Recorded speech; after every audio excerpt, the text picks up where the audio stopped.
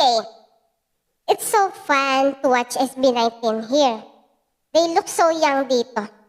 Like they were just starting out and still introducing their girl.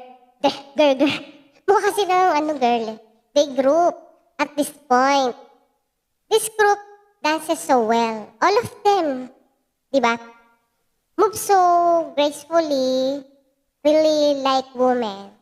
They're really giving their best. At you can see that they're enjoying themselves here, even playfully teasing each other. Dancing like a girl is also difficult kasi their choreography is hard. But for them, it seems so easy.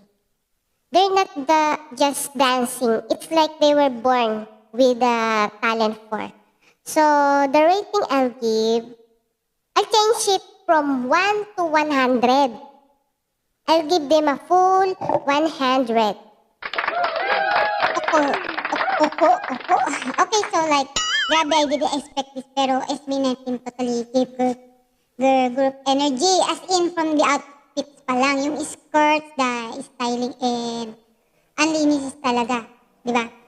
Tapos when they started dancing, I was like, sobrang tuwan-tuwa ako, sobrang cute sila gumalaw, pero at the same time, ang sharp and on point na mga steps.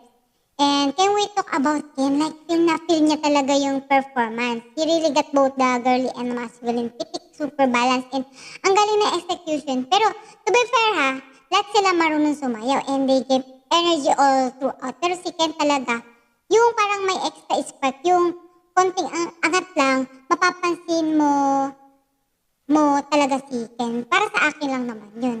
Kaya, overall, super good vibes lang silang panoorin. Ang chill, ang saya, and ang satisfying ng buong performance. Pwede na talaga silang i-launch as a girl group if ever. Ganun sila ka-polish. 10 out of 10 for me, no doubt.